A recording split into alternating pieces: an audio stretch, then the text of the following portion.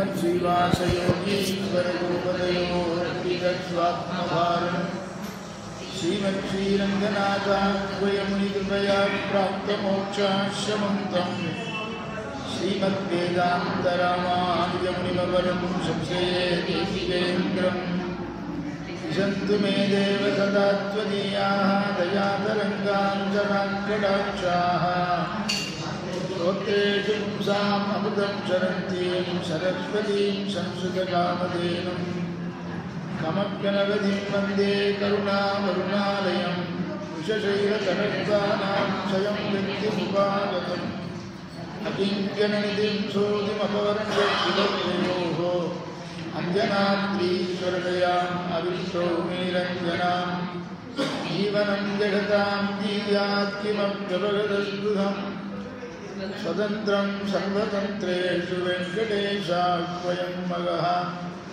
तम्बिनान् मरेयुं वेள்வியும் கேள்விப்பதங்களும் பதங்களின் பொருளும் இந்தமாயிருந்த பிறங்குடியரணும் பெருகிய உடனுடனிரணும் உண்டல் மாறுதலும் குறைகளேழும் ஏழுமா மலைகளும் விசும்பும் அண்டமும் தானாய் நின்ற பெருமா அரந்தமான நகரமுந்தானே ஆறாவதுவாயு வருணின் மாயா மாயாமூர்த்தியாய் ஆறாவதுதாயே நாவி அகமே தித்திப்பாய் நீராவினைகள் தீரைமையாண்டாய் திருக்குடந்தை ஊரா உனக்காட்பட்டுமேனும் உழல்வேனோம் பூஜந்தம் ராமராமேதி மதுரம் மதுராட்சரம் ஆருக்யசாகாம் வந்தே வால்மீகிகோகிலம் வால்மீகேர்முனிசிம்மஸ்ய கவிதாவனசாரிணः शृण्वन् रामकथानादं कोणयाति परां गतिं यत्र यत्र रघुनाथकीर्तनं तत्र तत्र कृतमस्तकाञ्जलिं बाष्पवारि परिपूर्णलोचनं मारुतिं नमदराक्षसान्तकं मनोजमं मारुततुल्यवेगं जितेन्द्रियं बुद्धिमतां वरिष्ठं आदात्मजं वानरयूथमुख्यं श्रीरामदूतं शिरसा नमामि जयत्याश्रितसन्त्रासद्वान्वविद्वंसनोदयः प्रभावान् सीतया देव्या परमं व्योमभास्करः सोऽहं दवित्वं सुहृदिं पुरुषं सुहृदिन्द्रों नाहं दवित्वमिराग्रदत्वं नमत्वं शरणाम् आगण्डनं மகனாகி ஆவடிவேய ஓர் காகம் விளைத்திட கண்ணடிவே செய்த காபுஸ்தனே. ஆக தசரத சக்கரவர்த்தி இக்ஷ்வாகு வம்சத்தினுடைய வம்சவிருத்திக்கோசரம் அஸ்வமேத யாகம் பண்ண போகிறோங்கிறத வசிஷ்டரிடத்தில் விஞ்ஞாபனம் பண்ணிட்டு அவருடைய அனுமதியை வாங்கிட்டான். மற்ற பிராமணோத்தமர்கள் எல்லாம் அரண்மனைக்கு கூட்டி தன்னுடைய அபிப்பிராயத்தை விஞ்ஞாபனம் பண்ணிட்டு அவருடைய அனுமதியை வாங்கிட்டான். ஆக ஆச்சாரியர்களுடைய ஒரு அனுமதி ரொம்ப முக்கியம். அஸ்து அப்படின்னு சொல்கிறதுக்கு பிராமணர்களுடைய அனுமதியும் ரொம்பவும் முக்கியம். அஸ்வமேத யாகத்தை நான் பண்ணுறதாக இருக்கேன் அப்படின்னு தன் அபிப்பிராயத்தை சொல்லி அந்த அபிப்பிராயத்தை அவர்களும் ஆமோதிக்கும்படி பண்ணி வசிஷ்டர் தசரதனுக்கு உத்தரவு போட்டார். மந்திரிகளுக்கெல்லாம் நீ உத்தரவு போட்டுடு, குதிரையை அவிழ்த்து விடணும். ஒரு வருஷ காலம் அந்த குதிரை சைன்யத்தோடு போகணும். எந்த தேசத்திலேயாவது யாராவது பிடிச்சு கட்டிட்டா, யார் பிடிச்சு கட்டினாலும் அவளோடு யுத்தம் பண்ணி அந்த குதிரையை மீட்டுண்டு ஒரு வருஷ காலம் அந்த குதிரையானது பல தேசங்களுக்கு போய் வந்த பிறகு இந்த அஸ்வமேதத்தை ஆரம்பிக்கலான்னு சொல்லி அதற்கான இடத்தை தேர்ந்தெடுக்கும்படி சொன்னார். சரியு நதிக்கரையுடைய வடக்கு பாகத்தில் உத்தரே தீரே வடக்கு பாகத்தில் பரிசுத்தமான இடம் இருக்குது. நதிக்கரையே சுத்தம். அதுவும் ஜனசம்சதி இல்லாத ஒரு இடமாக இருந்தால் பரமசுத்தமாக அந்த இடம் இருக்கும். ஜனசந்ததிகள் இருந்தாலும் ஜனங்களுடைய கூட்டம் இருந்தாலும் கூட சுத்தந்தான் சரியு நதிக்கரை.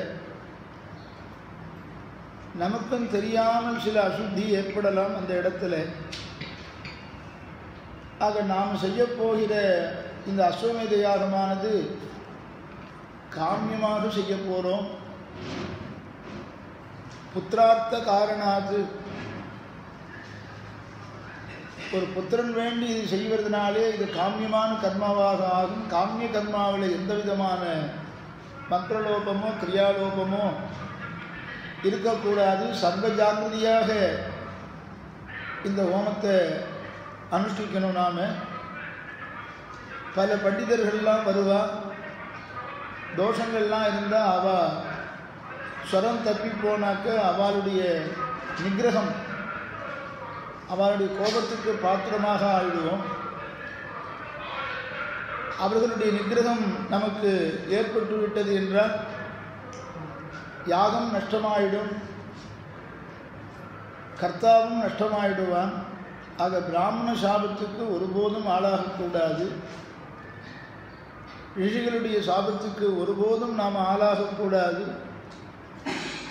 அதனால்தான் ரிஷிகள் என்ன சொன்னாலும் அது அப்படியே கேட்டுருக்கோம். ஒரு ரிஷி இன்னைக்கு ஸ்ரீ ஜெயந்தி பண்ணுங்கிறார், அதையும் கேட்டுருக்கோம்.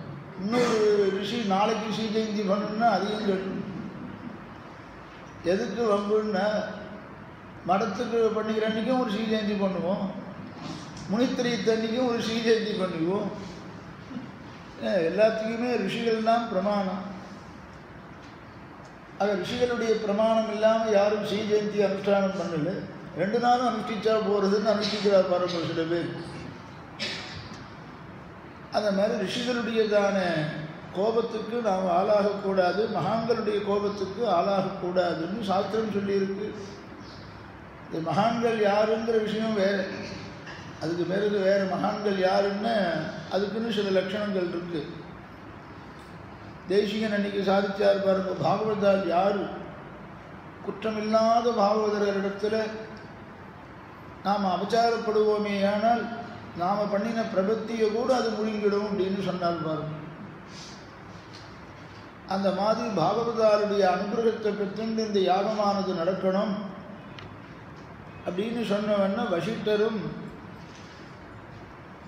கர்மாவை அனுஷ்டிச்சு பலனை பலனும் அப்படின்னு ஆசைப்படுறாப்பா. யஸ்யதே தார்மிகி புத்தி தவ புத்திரார்த்தமாகதா. புத்திரனை பெறுவதற்காக வேறு வழியிலெல்லாம் போகக்கூடாது. தர்மத்தை செஞ்சு கர்மாவை செஞ்சு அதன் மூலமாக பலன் அடையணும்னு ஆசைப்பட்டீரா. யஸ்யதே தார்மிகி புத்தி தவ புத்திரார்த்தமாகதா. ரொம்ப சந்தோஷம்னு சொன்ன உடனே ஏற்பாடுகள்லாம் குதிரையெல்லாம் அழுத்து விடணும். ஆனால் 1 வருஷ காலம் ஆகணுமே.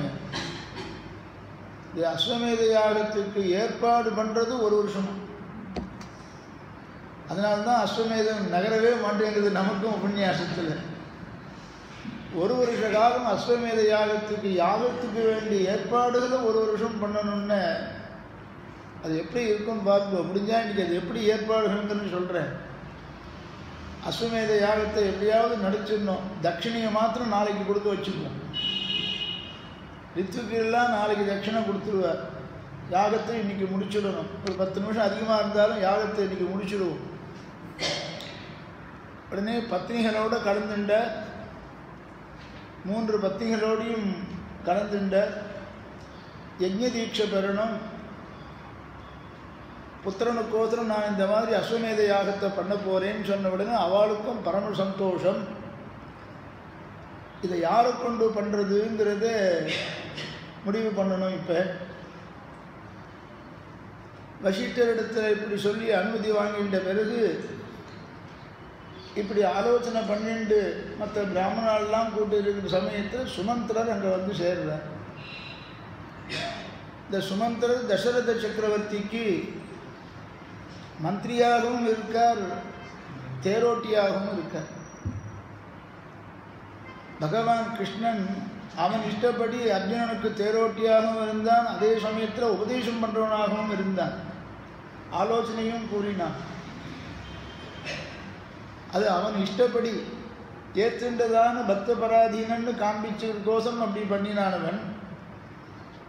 சுமந்திர தசரத சக்கரவர்த்திக்கு அவரும் ஒரு மந்திரி, எத்தனையோ மந்திரிகள் இருக்காரு இல்லையோ, ஒரு முக்கியமான ஒரு மந்திரி இருந்தான்னா அவன் கீழே ஒரு பல மந்திரிகள் இருக்கார். இவாளுக்கே இப்படின்னாக்க தசரத சக்கரவர்த்திக்கு எவ்வளவு பெரிய தேசம் அது. இக்ஷ்வாகூணாமியம் பூமி சசைல வனகானனா, அத்தனை சமுத்திர பிரதேசங்கள், ஜலப்பிரதேசங்கள் என்ன, காட்டு பிரதேசங்கள் என்ன, எல்லாமே அந்த இக்ஷ்வாகு வம்சத்துக்கு சொந்தமானதுன்னு கீழே சொல்லியிருக்கவே. ஒவ்வொன்றத்தையும் கவனிக்கிறதுக்கு ஒவ்வொரு மந்திரிகள் இருக்கிற மாதிரி வசிஷ்டரும் ஒரு மந்திரி. வைதிக காரியத்தெல்லாம் எப்படி செய்யணும், யாக யஜ்ஞங்கள்லாம் எப்படி செய்யணும் அப்படிங்கிறதுக்கு வசிஷ்டருடைய ஆலோசனையை கேட்டுண்டு அதன்படி தசரத சக்கரவர்த்தி நடத்துவானா. அதேபோல் ராஜ்யத்தில் ஏதாவது ஆலோசனை தேவைப்படும், ஒரு உத்தரவு போடணும், இது பண்ணுறதா இருக்கு அப்படின்னு கேட்கும்பொழுது சுமந்திரரை கேட்பார். சுமந்திரனும் ஒரு மந்திரியா தசரத சக்கரவர்த்திக்கு. அவரும் அந்த சபைக்கு வரவே ராஜாவோடு எப்பொழுதும் இருக்க வேண்டியவர். இப்படி முடிவு பண்ணிட்டாங்கிற விஷயத்தை அவர் சுமந்திரர் தெரிஞ்சிருந்த உடனே தசரதன் கிட்ட வரார் சுமந்திரர். நல்ல விஷயம் கேள்விப்பட்டேன், அஸ்வமேத யாகம் நடக்க போகிறதா கேள்விப்பட்டேன், ரொம்ப சந்தோஷம். அதுவும் புத்திரனுக்கோசரம். நாசீதி வம்சகரஸ்ருதா, இக்ஷ்வாகு வம்சத்துக்கு சந்ததி வேணுங்கிறதுக்கோசரம், புத்திரம் வேணுங்கிறதுக்கோசரம், புத்திரார்த்த காரணாது நீ பண்ணுறேன்னு சொல்கிறீரே, நல்ல முடிவு தான். நானும் ஒரு விஷயத்தை தேவர்கிட்ட சொல்லலான்னு இருக்கேன்னு ரகசியமாக சுமந்திரர் தசரத சக்கரவர்த்தியினிடத்தில் சொல்கிறார். என்ன சொல்கிறாரு பாருங்கோ. ஏற்கனவே சனத்குமாரர் மற்ற ரிஷிகளுக்கெல்லாம் ஒரு உபதேசம் பண்ணிட்டு இருந்தார். மற்ற ரிஷிகளிடத்தில் அவர் பேசிட்டு இருந்த பொழுது நானும் இதை கேட்டிருக்கேன், அதை உமக்கு சொல்கிறேன். சனத்குமாரர் யாருன்னா பிரம்மாவனுடைய மானச புத்திரர்களில் அவரும் ஒருவர். அந்த சனத்குமாரர் பேசின்னு இருந்தார், மற்ற ரிஷிகளிடத்தெல்லாம் பேசின்னு இருந்தார். என்ன பேசின்னு இருந்தார்? சனத்குமாரோ பகவான் பூர்வம் கதிதவான் கதாம் ரிஷீனாம் சந்நிதௌ ராஜன் தவ புத்திராகமம் பிரதி. அழகான ஸ்லோகம் பாருங்கோ. இதெல்லாம் தான் சரித்திரத்தை நாம் தெரிஞ்சுக்க போகிறோம். ஸ்லோகத்தை தாவிண்டு போனதுக்கு தத்துவம் என்னன்னு தெரியாது. ரிஷிகளிடத்திலெல்லாம் சனத்குமாரர் பேசிட்டு இருந்த பொழுது கதையெல்லாம் சொல்லிட்டு இருந்தார். கதை என்ன கதையை சொல்லிட்டார்? இந்த ரிஷீனாம் சந்நிதௌ ராஜன், ரிஷிகளிடத்தில் சொல்லிட்டு இருந்தார். தவ புத்திராகமம் பிரதி, உமக்கு ஒரு புத்திரன் பிறக்க போகிறான், வரப்போகிறாங்கிற விஷயத்தை சனத்குமாரர் மற்ற ரிஷிகளிடத்தெல்லாம் சொல்லிட்டு இருந்தார். ஆக ரொம்ப நாளைக்கு முன்னாலேயே சனத்குமாரர் சொல்லியிருக்கார். இந்த சுமந்திரர் இப்போ தானே சொல்கிறார் தசரதர்கிட்ட. அந்த சமயம் வரும்போது தான் எல்லாம் சொல்லவும் முடியும். புத்தி கர்மானுசாரணின்னு ரீதியில் நமக்கு இது முன்னையே நீ சொல்லியிருந்தா நான் பண்ணியிருப்பேனேன்னு நாம் சொல்கிறோமே, இப்போ தான் எனக்கு சொல்லணும்னு தோணித்து சொன்னேங்கிறாப்ப. சுமந்தரோடு இத்தனை வருஷம், சுமந்தர் தசரதரோடு இத்தனை வருஷம் இருந்திருக்க. இவா முடிவு பண்ணுற சமயத்தில் சனத்குமாரால் மற்ற ரிஷிகளிடத்தெல்லாம் சொன்னார், தசரத சக்கரவர்த்திக்கு பிள்ளை பேர் உண்டு, புத்திர பாக்கியம் கண்டிப்பாக உண்டுன்னு சொல்லிட்டு இருந்தார். என்ன ரிஷிகளுக்கெல்லாம் பவிஷ்யத் காலத்தில், வரப்போகிற காலத்தில் என்ன நடக்குங்கிறதெல்லாம் முன்கூட்டியே அவளுக்கு தெரியும். சில ரிஷி பிராயர்கள், சுவாமி தேசிகன் போன்றவர்கள் எல்லாம் ரிஷி பிராயர்கள். பின்னால் வரப்போகிறதெல்லாம் முன்கூட்டியே தெரிஞ்சுன்னு சொல்கிறதான தேசியன் மாதிரி சில ஆச்சாரியர்கள் நினச்சிட்டே சொல்லுவார். பின்னால் வரப்போகிறதையும் தெரிஞ்சுன்னு சொல்லுவார். இப்படி மகரிஷிகள் பலரோடு பேசிட்டு இருக்க பொழுது புத்திரபாக்கியம் தசரதற்கு உண்டு. ஆனால் அந்த புத்திரபாக்கியம் ஒரு சாதனத்தை அனுஷ்டிச்சு ஒரு பலனுக்காக சாஸ்திரங்களிலே சொல்லப்பட்டிருக்கிறது. சாதனம் சாதனம்னு பேர். சாதனத்தை அனுஷ்டிக்காம ஒரு பலனை யாராலும் அடைய முடியாது. சாதனமே வேண்டாம், மோட்சங்கிற பலன் கிடைச்சிரும்னு சொல்கிற சித்தாந்தத்தை ஒத்துக்கவே முடியாது. அப்படின்னா வேதத்தில் சாதனங்களை சொல்லியிருக்கவே வேண்டாம். கீதையிலே கர்மயோகம், ஞானயோகம், பக்தி யோகங்கிற சாதனங்களை சொல்லியிருக்கவே வேண்டாம். உபனிஷத்தில் 32 விதமான மோட்சத்துக்கு வேண்டிய சாதனங்கள் சொல்லியிருக்கவே வேண்டாம். வியாச பகவானும் அந்த உபனிஷத் அர்த்தத்தில் சொல்லியிருக்கிற சாதனங்களை பற்றி 3வது அத்தியாயத்தில் விசாரம் பண்ணியிருக்கவே வேண்டாம். அது சாதனம் இல்லாமல் ஒரு பலனை அடைய முடியாது. ஏதாவது ஒரு காரியத்தை செய்தாதான் நமக்கு அது பலனை கொடுக்கும். அது அப்படித்தான் சொல்லியிருக்கு சாஸ்திரங்களிலே. அப்போ ரிஷிகளுக்கெல்லாம் சனத்குமாரர் சொல்லும் பொழுது தசரத சக்கரவர்த்திக்கு புத்திரபாக்கியம் உண்டு, அதற்கான ஒரு யாகத்தை அவர் செய்யணும், அதுவும் யாரை கொண்டு அவர் செய்யணும் அப்படின்னு கேட்டாக்க ரொம்ப அழகாக சொல்கிறார். ரிஷிசிங்கரை கொண்டு செய்யணும் அப்படின்னு சனத்குமாரர் மற்ற ரிஷிகளுக்கெல்லாம் சொல்லிட்டு இருந்தா. ஆகையினால உமக்கு புத்திரபாக்கியம் நன்னா உண்டு, நீரும் அந்த சமயம் பார்த்து அஸ்வமேத யாகம் பண்ணுறதா முடிவு பண்ணிருக்கு. ரிஷிசிங்கரை போய் எப்படியாவது நாம் இங்கே வரவழைச்சுட்டாக்க இந்த அஸ்வமேத யாகம் நல்லபடியாக முடிஞ்சிடும் அப்படின்னு இவர் சுமந்திரர் சொல்கிறார். சனத்குமாரர் என்ன சொன்னார்? அந்த ரிஷிசிங்கர் யார்? ரிஷிசிங்கருடைய அப்பா யார்? ரிஷிசிங்கருடைய அப்பாவுடைய அப்பா தாத்தா யார்? ரிஷிசிங்கரை ஏன் வரவழைக்கணும் அப்படின்னு கேட்டால் அவருக்கு ஒரு பிரபாவம் இருக்குன்னு சொல்கிறார். ரொம்ப ஆச்சரியமாகவே சொல்கிறார். கஸ்ய பஷ்யது புத்ரோசி. கஷ்யபர் இருக்காரோ இல்லையோ, கஷ்யபருடைய புத்திரர் விபண்டகர்னு பேர். விபண்டகர் அவர் ஒரு மகரிஷி. மதுராந்தகத்துக்கு போனேன்னா விபண்டக மகரிஷிக்கு பிரத்யட்சம்னு சொல்லுவார். மதுராந்தகம் ஏரியாத்த பெருமாளை போய் சேவித்து பாருங்கோ, விபண்ட மகரிஷிக்கு பிரத்யட்சம். ராவண சம்மாரம், பெருமாள் ராவண சம்மாரம் முடிச்சுட்டு புஷ்ப விமானத்தில் ஏழும்பொழுது இந்த மதுராந்தகத்துக்கு எழுந்தாரம். சீதையினுடைய கையை பிடிச்சுன்னு எழுந்தான்னு அண்ணாவது ராஜபட்டர் சொல்லுவார். ஆச்சரியமாக இந்த நாளில் பட்டர்கள்லாம் அவள்லாம் இருப்பான். இங்கே போய் சேவிச்சேன்னு சொல்லுவாங்க. சீதையினுடைய கையை பிடிச்சிட்டு எழுந்தாரம். விபண்ட மனுஷி பிரார்த்தனையும் பேரில் அந்த விபண்ட மனுஷிக்கு பிரத்யட்சம் இங்கே சக்கரவர்த்தி திருமகன் மதுராந்தகத்தில் எழுந்திருக்கிற சக்கரவர்த்தி திருமகன். அப்படி அந்த விபண்டகர் யாருடைய குமாரன்னா கஸ்ய பஷ்யது புத்ரோஸ்தி விபண்டக இதி ஸ்ருதः ரிஷ்யசிங்கः இதி க்யாதः தஸ்ய புத்ரோ பவிஷ்யதி. அந்த விபண்டகருடைய புத்திரர் ரிஷ்யசிங்கர். அவர் எங்கே இருப்பார்னா இந்த நகரத்துக்கு அவர் கொண்டு வரதே கிடையாது. பாடசாலை எங்கே வைக்கணும்னு ஊருக்கு ஒதுக்குப்புறமாக இடத்துல வைக்கணும். நகரத்தில் வச்சா என்னென்ன உதவி சாந்திக்கு கிளம்பிடுவான் பசங்க. உதவி சாந்தி ஆன உடனே எங்கேயாவது உதவி சாந்தி நடக்கிறதான்னு கிளம்பிடுவான். எங்கேயாவது கிராமத்தில் கொண்டு வச்சுருந்தாக்க இந்த உதவி சாந்திக்கெல்லாம் பிரசக்தி இல்லை. அத்தியனத்தை பூர்ணமாக பண்ணி முடிப்பான். நகரத்துக்குள்ளே வைக்கக்கூடாது. அப்படி அந்த விபண்டக மகரிஷி இந்த ரிஷிசிங்கரை வனத்திலேயே அதிக நாள் இருக்கும்படியாக பண்ணார். அதை சொல்றார் அழகாக. வால்மீகி சவனே நித்திய சம்ருத்தா முனிவரச்சரத் சதா ந அந்யம் ஜானாதி விப்ரேந்திரா நித்தியம் பித்ரனுவர்த்தனாதே. தகப்பனார் சொன்னபடி வனத்திலேயே இருந்திருந்தார் கஷ்யபருடைய புத்திரர் விபண்டகர், விபண்டகருடைய புத்திரர் ரிஷிசிங்கர். ந அந்யம் ஜானாதி விப்ரேந்திரா. வனத்தில் இருக்கக்கூடிய பிராணிகள் விலங்குகள் தான் தெரியும் அவருக்கு. லோகத்தில் யார் இருக்கா, நகரத்தில் யார் இருக்காங்கிறதெல்லாம் அந்த இவருக்கு ரிஷிசிங்கருக்கு தெரியவே தெரியாது. அப்படிப்பட்ட தபஸ்வியாக தன்னுடைய பிள்ளை வளர்த்தார்.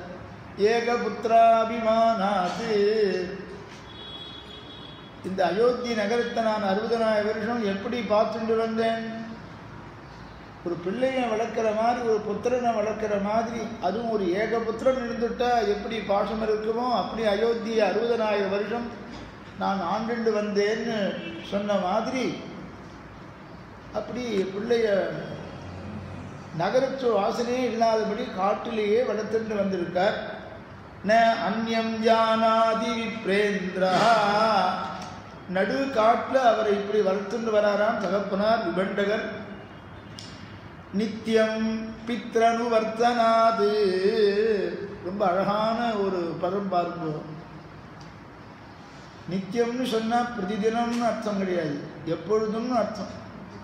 பித்ரனுவர்த்தனாது, அனுவர்த்தனாது, பித்ரனுவர்த்தனாது. தகப்பனார் என்ன செய்கிறாரோ அதையே செய்வார். தகப்பனார் என்ன சொல்கிறாரோ அதையே மந்திரமாக நினச்சிப்பார். தந்தை சொல்மிக்க மந்திரம் இல்லைங்கிறாப்ப இருக்கா. சில பழமொழியெல்லாம் எனக்கு 1-2 ஞாபகம் ஒரு கேட்டது வரும். தந்தை சொல்மிக்க மந்திரம் இல்லை அப்படின்னா என்ன அர்த்தம்னா, தகப்பனார் பண்ணுற உபதேசம் காயத்ரி மந்திர உபதேசம். ந காயத்ரியாக பரோ மந்திரா. ஆச்சாரியன் பண்ணுற உபதேசம் அட்டாட்சர மந்திர உபதேசம். ஆக காயத்ரி மந்திரத்தை உபதேசம் பெற்றுண்டவன் தான் அட்டாட்சர மந்திரத்தை உபதேசம் பெற்றுக்கிறதுக்கு தகுதி உடைய. ஆக உபநயனம் ஆகலைன்னாக்கு சமாஷனம் பண்ணிக்கிறதுக்கு தகுதி கிடையாது. உபநயன சமயத்தில் காயத்ரி மந்திரத்தை உபதேசம் பண்ணுறா, பிறகு சமாஷனம் பண்ணுறா. அல்லது சில பேருக்கு தகப்பனாரே காயத்ரியும் உபதேசம் பண்ணுவா, சமாஷனம் பண்ணக்கூடிய சுயமாச்சாரிய புருஷாலாவும் சில பேர் இருப்பாள். அந்த நாளில் எல்லாருமே சுயமாச்சாரியால் இருந்து தான் பிறகு ஒரு சம்ஸ்தையை ஏற்படுத்திண்டு ஒவ்வொரு இடத்துக்கு போய் ஆசிரியச்ச. ஆரம்பத்தில் எல்லாருமே உபய சம்பிரதாயத்திலுமே சுயமாச்சாரிய புருஷால் இருந்தாள். அவாவா தகப்பனார்கிட்டே அவாவாளுக்கு சமாஷனம்லாம் ஆகும். அப்போ தகப்பனார் என்னவாகணும்னார், காயத்ரியை உபதேசம் பண்ணின ஆச்சாரியனாகவும் ஆவார், சமாஷனமும் பண்ணினவராக இருந்தாக்க சமாஷன ஆச்சாரியனாகவும் ஆவார். இப்படி 2 சம்பந்தம் அவருக்கு இருந்தாலும் காலக்ஷேபத்தை அந்த சுவாமிகிட்ட போய் கிரகிச்சிருக்கோன்றுவார். ஏன்னா ஞானத்தில் ரொம்ப சிறந்தவர், அங்கே போய் காலக்ஷேபம் பண்ணுங்கோ, அவர் நல்லா சொல்லிக் கொடுப்பார் அப்படின்னு என்ன பண்ணுவா, தன்னால் முடிஞ்ச ஸ்தோத்திராதிகள் எல்லாம் தான் சொல்லிக் கொடுப்பார். சில பேர் அவள்கிட்ட போய் காலக்ஷேபம் பண்ணுங்கோ நல்லா சொல்லுவார்னு கை காமிச்சு விடுறா பாருங்க. கை காமிச்சு விடுறவாலும் ஒரு ஆச்சாரியம். அப்படி வேறு சிலர்கிட்ட போய் ஞானத்தை சம்பாதிச்சா அந்த ஆச்சாரியனை ஞானாச்சாரியன்னு கொண்டாடணும். ஆக சமாஷன ஆச்சாரியன், ஞானத்தை உபதேசம் பண்ணுற ஆச்சாரியன், சில இடத்துல பரநியாசம் பண்ணின்ற ஆச்சாரியால் இருப்பார். சில பேருக்கு எல்லாமே ஒரே இடத்துலையும் அமையும். அது அநேகமாக சில பேருக்கு அமையலாம், சில பேருக்கு அமையாது. அப்படி தகப்பனார் சொல்கிறபடி எப்பொழுதும் கேட்டுருக்கக்கூடியவரான் ரிஷிசிங்கர். தகப்பனாருடையதான வார்த்தையையே உயர்ந்த மந்திரமாக நினைப்பாராம். அதை தான் நித்தியம் பித்ரனுவர்த்தனாது. அப்பா சொல்றபடியே நடப்பார். அனுவர்த்தனாது, பித்ரனுவர்த்தனாது, நித்தியம் பித்ரனுவர்த்தனாது, எப்பொழுதும் கேட்பான். பாகத்தை பிரித்து கொடுக்கலன்னாலும் கூட அப்பா வார்த்தையை தான் கேட்பான். நம்ம அவனுக்கு இப்படி செஞ்சியே எனக்கு குறைச்சிட்டியே அப்படின்னுலாம் கேட்கக்கூடிய குழந்தைகள் இல்லை. நம்ம குழந்தைகள் ஆச்சரியமான குழந்தைகள்னு சொல்கிறா பாருங்க.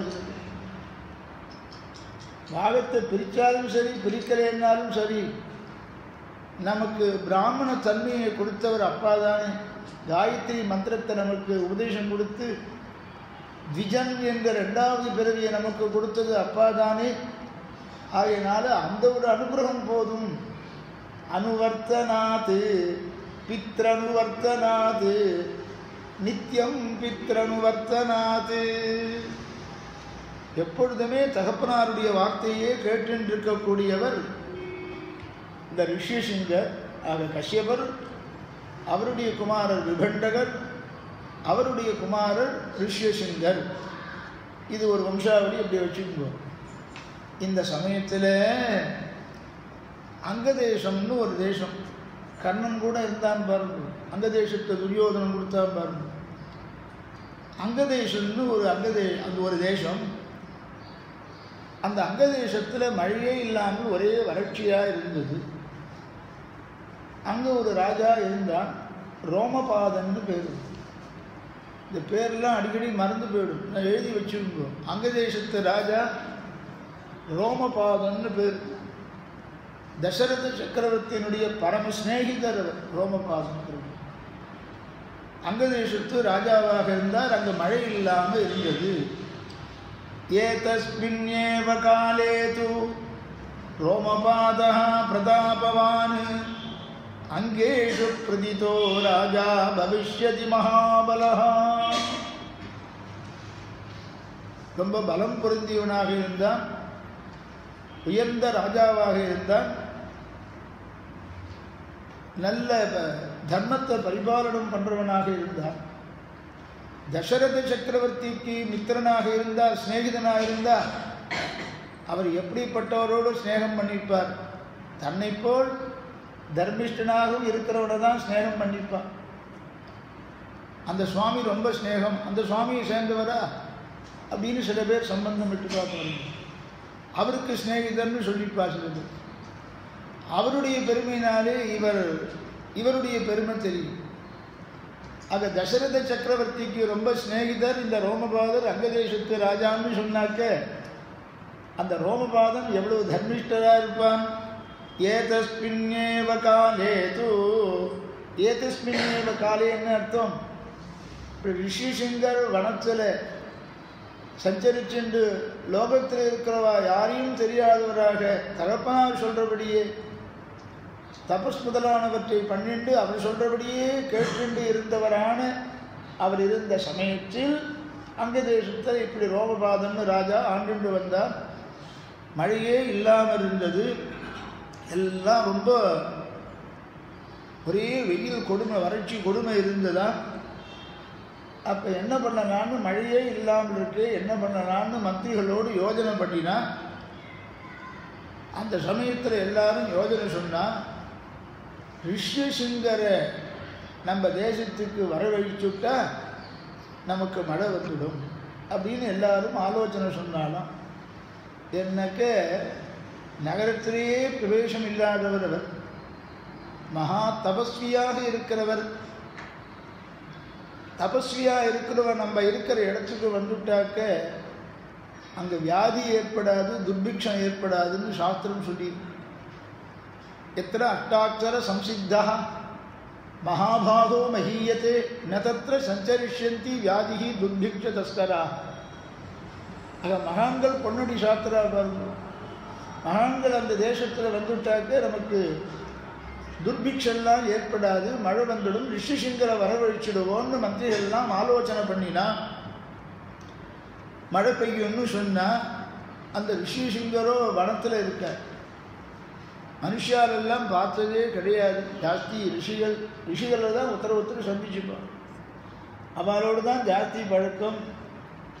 இந்த ரிஷிசிங்கரை அந்த தேசத்துக்கு எப்படி வரவழைக்கிறதுன்னா, கணிகா ஸ்திரீகள்னு சில பேர், எப்படிப்பட்டவாளையும் தாங்கள் போய் அழிச்சுன்னு வந்துடுவா. அவள் சொல்கிறபடி கேட்கும்படி பண்ணிவிடுவா. கணிகா ஸ்திரீகள்னு பேர் வருவாங்க. இது அவ்வளோதான் சொல்ல முடியும் உங்களுக்கு, கணிகா ஸ்திரீகள். அந்த கணிகா ஸ்திரீகள் எல்லாம் ரோமபாதன் ரிஷிசிங்கர் இருக்கக்கூடிய இடத்துக்கு அனுப்பிச்சார். எப்படியும் அவள் அழிச்சுன்னு வந்துடுவாள். அப்படிப்பட்ட கணிகா ஸ்திரீகள் அவள்.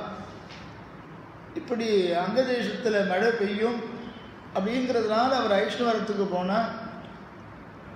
அதன்படி ரிஷிசிங்கரும் அங்கதேசத்துக்கு வந்தால் மழை நல்லா பெஞ்சுது. இந்த சமயத்தில் பார்த்தா பிரம்மச்சாரி, கடும் பிரம்மச்சாரி அவர். ரிஷிசிங்கர் கடும் பிரம்மச்சாரி, நைஷ்டிக விரதத்தை அனுஷ்டிச்சென்றிருந்தவர். ஒரு தோஷம் சொல்ல முடியாது, அப்படிப்பட்ட பிரம்மச்சாரி அவர். எப்படி பிரம்மச்சாரி இருக்கணுமோ, பிரம்மச்சரிய ஆசிரமத்தை எப்படி தர்மத்தை ரட்சிக்கணுமோ அப்படி ரட்சித்தவர் ரிஷிசிங்கர். உடனே பார்த்தார், அங்கதேசத்துக்கு அவர் வந்து கால் வச்சார், திருவடி சாத்தினார், மழை கொட்டு கொட்டு கொட்டு கொட்டு கொட்டிடுது. இது போதும் போதும் போதுங்கிற அளவுக்கு கொட்டிட்டு பாருங்க, இந்த மாதிரி கொட்டிடுது. எந்த ரிஷிசிங்கர் வந்தாரோ தெரியல, அப்படி கொட்டிட்டு பாருங்க. இருக்கலாம், நமக்கு கண்ணுக்கு தெரியாமல் ரிஷிசிங்கர் எங்கேயாவது வந்திருக்கலாம், யோகம் பண்ணுறவாள்லாம் வந்து சேர்ந்துருக்கலாம். அதுதான் தமிழில் கூட எதுவும் சொல்லுவார், நல்லவா யாராவது ஒருத்தர் இருந்தாக்க அவர் பொருட்டு பெய்யும் மழை அப்படின்னு சொல்கிறோம் இல்லையோ. அந்த மாதிரி அந்த ரிஷிசிங்கர் மாதிரி புண்ணியாத்மா யாராவது வந்திருக்கலாம், அதனால தான் மழை கொட்டு கொட்டுன்னு கொட்டிடுது. ரிஷிசிங்கர் வந்துவிட்டால் மழை பெஞ்செடுத்து தேசமெல்லாம் நல்ல சுபிட்சமாக இருந்தது. உடனே ரோமபாதருக்கு ஒரு ஆசை வந்துதான், சரி இவரை மாப்பிள்ளையாக ஆக்கிவிட்டாக்க நல்லதாக இருக்குமே, வேணுங்கிற போது மழை வந்துட்டே இருக்குமே, அடுத்த யோஜனை பண்ண மாப்பிள்ளையாக ஆக்கிவிட்டுருமா அப்படின்னு பார்த்தார். உடனே தன்னுடைய ஸ்வீகார பொண்ணு யாருன்னு சாந்தா, அதான் தசரதனுடையதான பெண்ணா, முதல் ராமனுக்கு முன்னால் பிறந்த பெண் சாந்தான்னு பேர். அது ராமனுக்கு சகோதரி உண்டா இல்லையான்னது உண்டு, சாந்தான்னு பேர். நேற்றுக்கே சொன்னேன், மொத்தம் 350 பத்னிகளாம் வரும். யாருக்கு? தசரத சக்கரவர்த்தி. அந்த 350 பத்னிகளில் ஒரு பத்னிக்கு பிறந்தவ தான் இந்த சாந்தாங்கிற பெண்ணு. ஆச்சரியமாக சாந்தாவை ரிஷிசிங்கருக்கு கன்னிகாதானம் பண்ணி வச்சுட்டு மாப்பிள்ளையாக்கி விட்டார். மழைக்கு பஞ்சமே இருக்காதுன்னு முடிவும் ஆயிடுத்து. ரிஷிசிங்கஸ்து ஜாமாதா, இப்படி ஸ்லோகம் பிரமாணம் இருக்கு. ரிஷிசிங்கருடையதான ஜாமாதா அப்படின்னா, அந்த ஜாமாதாவை மாப்பிள்ளையை எப்படி பூஜை பண்ணணுமோ ஆராதிக்கிறோமோ அப்படி ஆராதிச்சாராம் ரோமபாதம். எப்படி ஆராதிக்கணும்னு சொல்லியிருக்குன்னு, சாட்சாத் மகாவிஷ்ணு மாதிரி ஆராதிக்கிட்டார். மகாவிஷ்ணு மாதிரி ஆராதிக்கிட்டார், கல்யாணம் பண்ணிட்ட மகாவிஷ்ணு மாதிரி ஆராதிக்கணும்னு சாஸ்திரம் சொல்லியிருக்குன்ட்டார். இங்கேயே உட்காண்டான் மாப்பிள்ளை, நகரவே இல்லை. என்னடா என்ன நகரிலேயே கேட்டு பார்க்கலான்னு பார்த்தா, கல்யாணம் ஆச்சு, சரி எடுத்த உடனே கேட்டுறக்கூடாது, உத்தியோகத்தில் தான் அதிக காரியம் இருக்கோ என்னமோ, கொஞ்ச நாள் இருந்துட்டு லீவெல்லாம் அவருக்கு கிடைக்குமோ என்னமோ தெரியல. 1 மாதம் இருந்தார் மாப்பிள்ளை, 2 மாதம் இருந்தால், 3 மாதம் இருந்தால், 1 வருஷம் இருந்துட்டார். இங்கேயே இருந்துட்டார், ஆற்றுலேயே தப்பிது. ஏன்னா இவர் நித்தியம் ஜாமாதா விஷ்ணுவத் பூஜ்யா, விஷ்ணுவை எப்படி ஆராதிக்கணுமோ அப்படி ஜாமாதாவை ஆராதிக்கணும்னு பார்த்தார். நல்லா அவள் என்ன பண்ணா, பார்த்து தர்மபத்னி சத்தங்க வாங்கோ, மாப்பிள்ளைகிட்ட கேளுங்கோ, உத்தியோகத்துக்கு 1 வருஷம் லீவு சேங்ஷன் பண்ணிருக்காங்கன்னு கம்பெனியில் அப்படின்னு கேட்டாலும், கேட்டு பாருங்கோ. இல்லைன்னா கேட்டு அவசரப்பட்டு நம்ம பொண்ணை கொடுத்துருக்கோமா, ஜாகிரதையாக இருக்கணுமா, இல்லை கேட்டு பாருங்க. 1 வருஷமாக இங்கேயே உட்காந்துருக்காரு. அந்த காலத்திலலாம் ஆற்றுலேருந்து ஒர்க் பண்ணுற அந்த சாமர்த்தியம்லாம் அந்த காலத்தில் கிடையாது, இப்போ தான் வந்திருக்கு. அதெல்லாம் ஆற்றுலேருந்தே சில பேர் ஒர்க் பண்ணுறாங்களோ இல்லையோ, உண்டோ இல்லையோ, இங்கேருந்தே அமெரிக்காவுக்கெல்லாம் பண்ணுறாளாமே, அதெல்லாம் அந்த காலத்தில் கிடையாது. 1 வருஷம் இங்கேயே அம்சிட்டு உட்காந்துருக்காரு.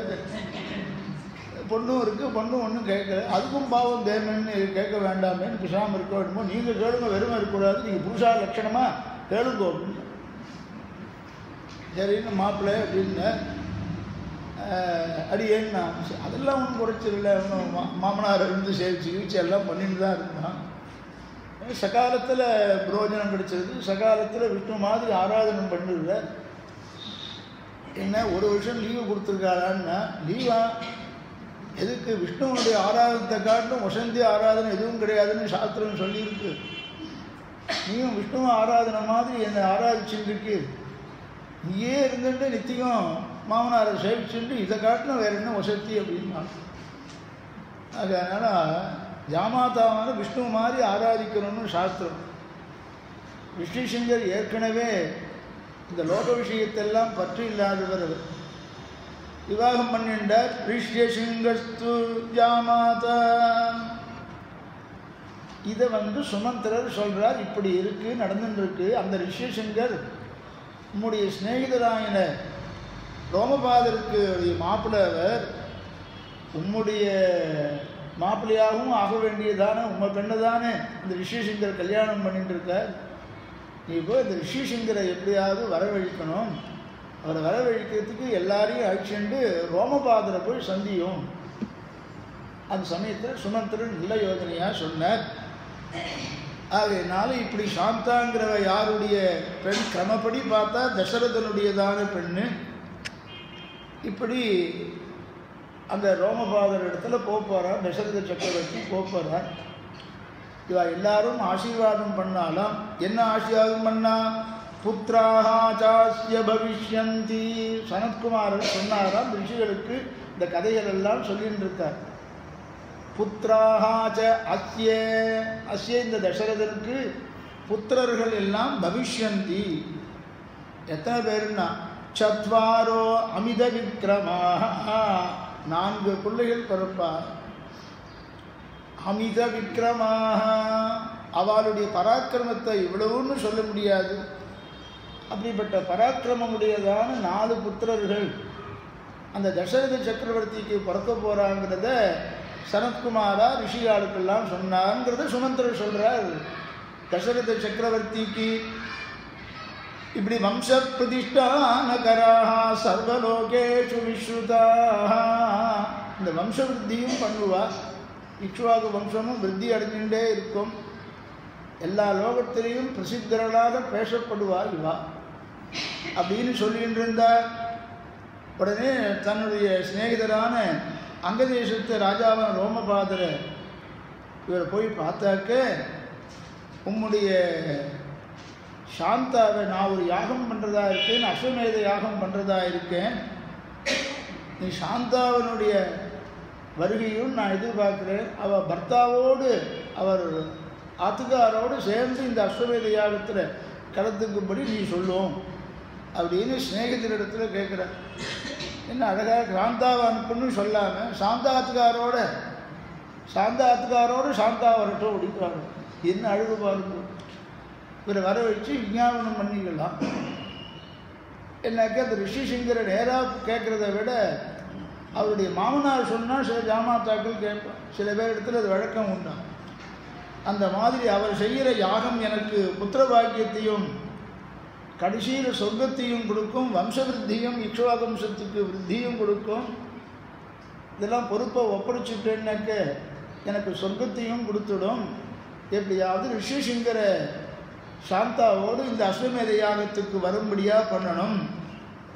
இப்போ அவரை போய் பிரார்த்திப்பார். தசரத சக்கரவர்த்தி 4 புத்திரர்கள் அவருக்கு தசரத குமாரருக்கு பிறக்கும் என்று சனத்குமாரர் சொன்னதாக சுமந்திரர் சொல்கிறார். ரிஷிகளுக்கெல்லாம் சனத்குமாரர் சொல்லிட்டு இருந்தார்.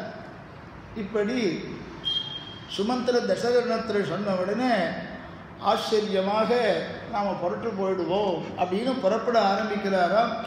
இதில் ஆழ்வார்கள் பாசுரங்கள்லாம் நிறையா இருக்குது. எப்படி இருக்குதுன்னு சொன்னாக்க, நாளைக்கு ஒரு நாள் இந்த பாசுரம் சொன்னால் தான் உங்களுக்கு இந்த இடத்துல ராமாயணம் என்னன்னு புரியும். நம்மாழ்வாருடைய பாசுரங்கள்லாம் சொல்லணும். இப்படி ஆச்சரியமாக அங்கே போய் நேரில் போய் பிரார்த்திக்கலாம் அப்படின்னு முடிவு பண்ணால், இப்போ ஆச்சாரியன் யாருன்னா சுமந்திரரா, வசிஷ்டரா, ரிஷிசிங்கரா?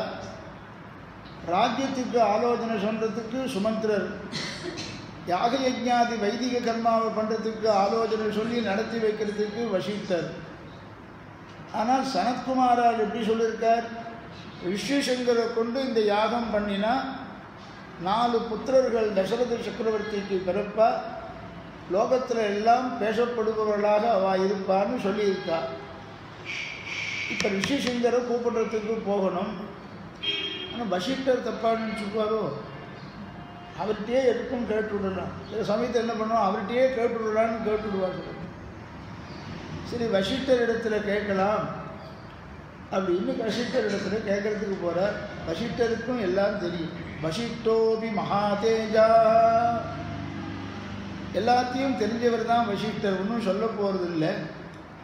ஆனால் வசிஷ்டர் எப்படி இந்த யாகத்தில் அன்வயிச்சார், ரிஷிசிங்கர் எப்படி அன்வயிச்சார்? 4 புத்திரர்கள் ரிஷிசிங்கரை வச்சு பண்ணாக்க 4 புத்திரர்கள் பிறப்புன்னு சொன்னால் யார் தான் அந்த பிருகஸ்பதியை விட்டுடுவா? அந்த பிருகஸ்பதியை எவ்வளவு செலவானாலும் பரவாயில்ல, அந்த பிருகஸ்பதியை வரட்டும் அப்படின்னு வாழலாம். ஆனால் ஆற்று பிருகஸ்பதி கோபிச்சுக்காமல் இருக்கணுமே, இல்லை சமமாக சம்பாவனை பண்ணிடுறேன்னு வாசகர். அந்த சுவாமியை வரவழைக்கிற உங்களுக்கு சமமாக ஈக்குவலாக சம்பாவனை பண்ணிடுறேன்னு வாசகர். வசிஷ்டர் என்ன சப்பையான வசிஷ்டர், அவரும் நல்ல தேஜஸ்வரியவர். க்ஷத்ரியரை பிரம்மர்ஷியா ஆக்கவல்ல வசிஷ்டர் கங்கணபந்தம் செய்தார். க்ஷத்ரியரான விஸ்வாமித்திர பிரம்மர்ஷி ஆக்கினவராச்சு வசிஷ்டர், சாமானியப்பட்டவர் இல்லை அவர் ஒன்று. அப்படின்னு இதில் வசிஷ்டர் என்ன பாகத்தை அன்வயிச்சார் அப்படின்னு கேட்டாக்க, அஸ்வமேத யாகத்தில் அத்வரியும் வசிஷ்டர் தான், அத்வரியும் வசிஷ்டர் தான் இருந்தார். பிரம்மாவாக ஏழை பண்ணினவர் தான் இந்த ரிஷிசிங்கர். இப்படி ரிஷிசிங்கர் பிரம்மாவாக இருந்தார், அத்வரியாக பிரதான அத்வரியாக வசிஷ்டரே இருக்காராம்.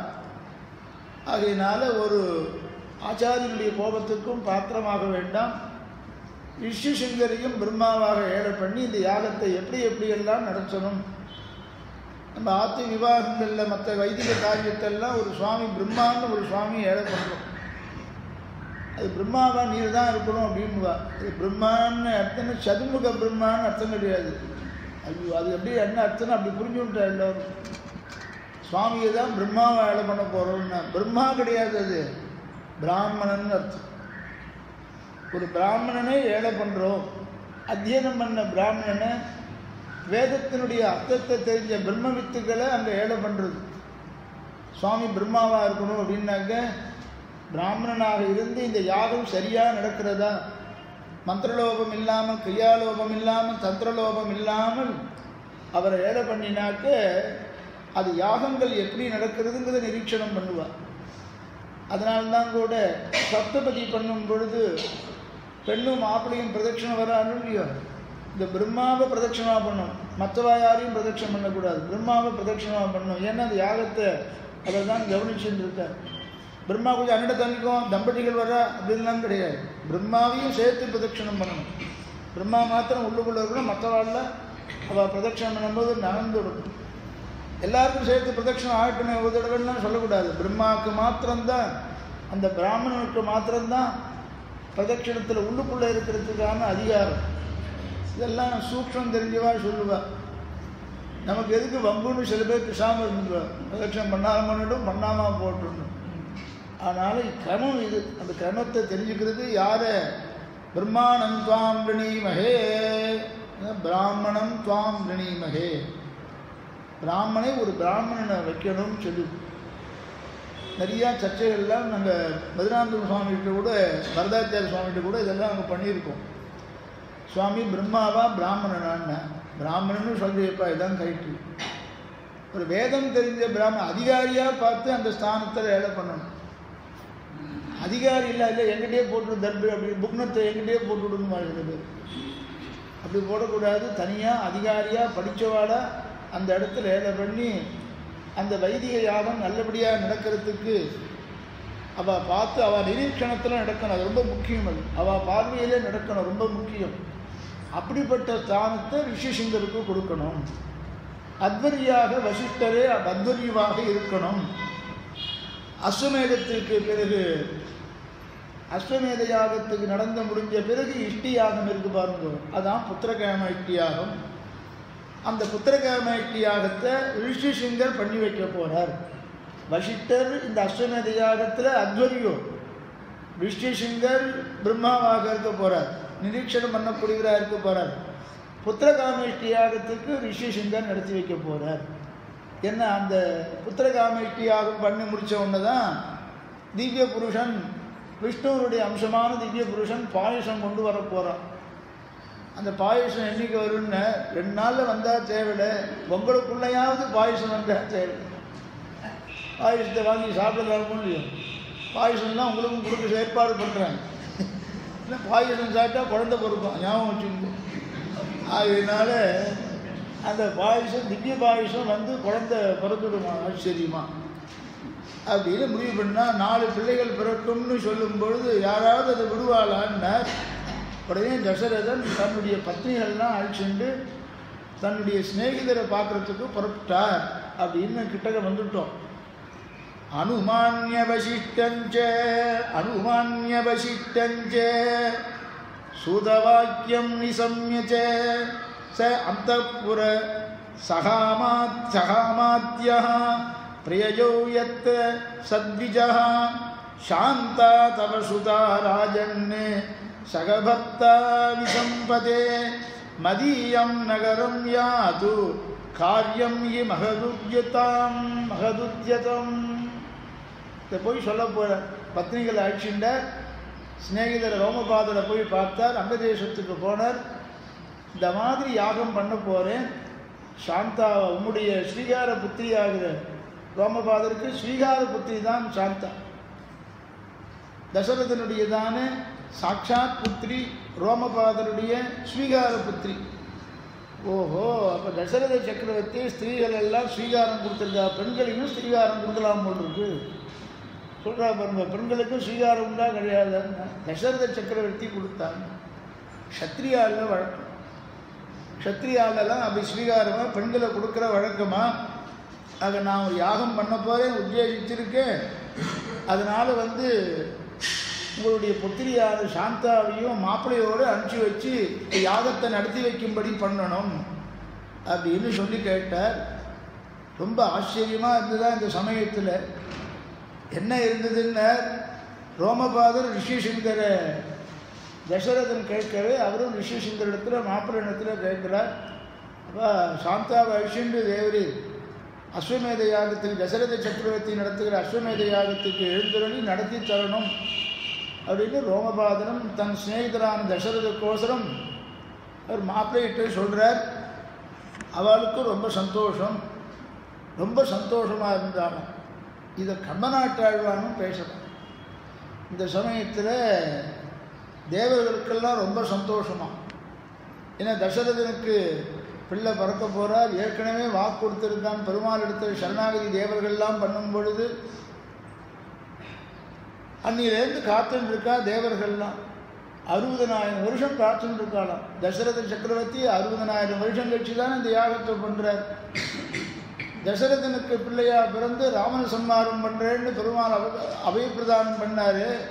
இதுவரையும் அந்த தசரதனுக்கு பிள்ளை பிறக்க காணுமே, அப்போ ராவணன் நம்மளெல்லாம் துவம்சம் பண்ணுவாங்க போல் இருக்குன்னு நினச்சிட்டு இருந்தாள் அவெல்லாம்.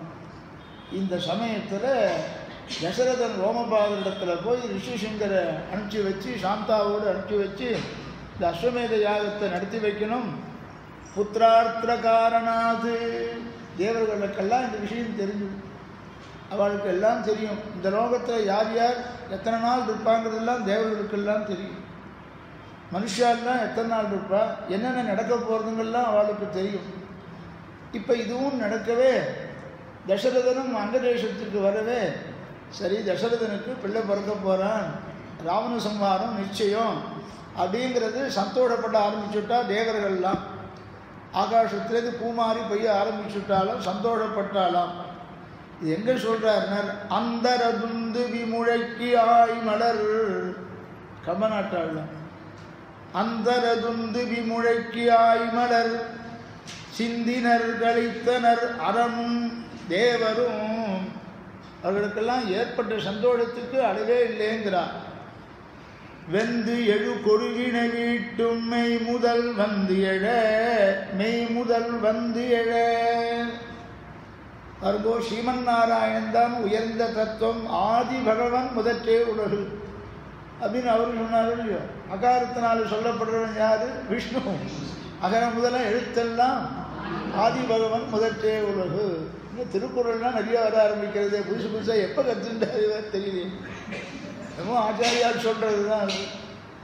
அதனால் அகாரத்தினால் சொல்லப்படுறவன் யாருன்னு சாட்சாத் விஷ்ணு அப்படின்னு திருக்குறளில் சொல்லியிருக்கோம் இல்லையோ. முதல் பாசுரத்தில் சொல்லியிருக்கேன். முதல் பாட்டு, பாசுரங்கிறது ஆழ்வார் பாசுரம் தான். முதல் பாட்டு, முதல் குறள், முதல் குறளில் அது சொல்லிட்டு பாருங்க. பாசுரம்னா அது ஆழ்வார் பாசுரங்கள் தான் பாசுரங்கள்னு சொல்லுவோம். ஆக அகாரத்தினாலே சொல்லப்படுவன் விஷ்ணு அப்படின்னு அவரும் சொன்ன மாதிரி இங்கே கம்பன் சொல்கிறான்.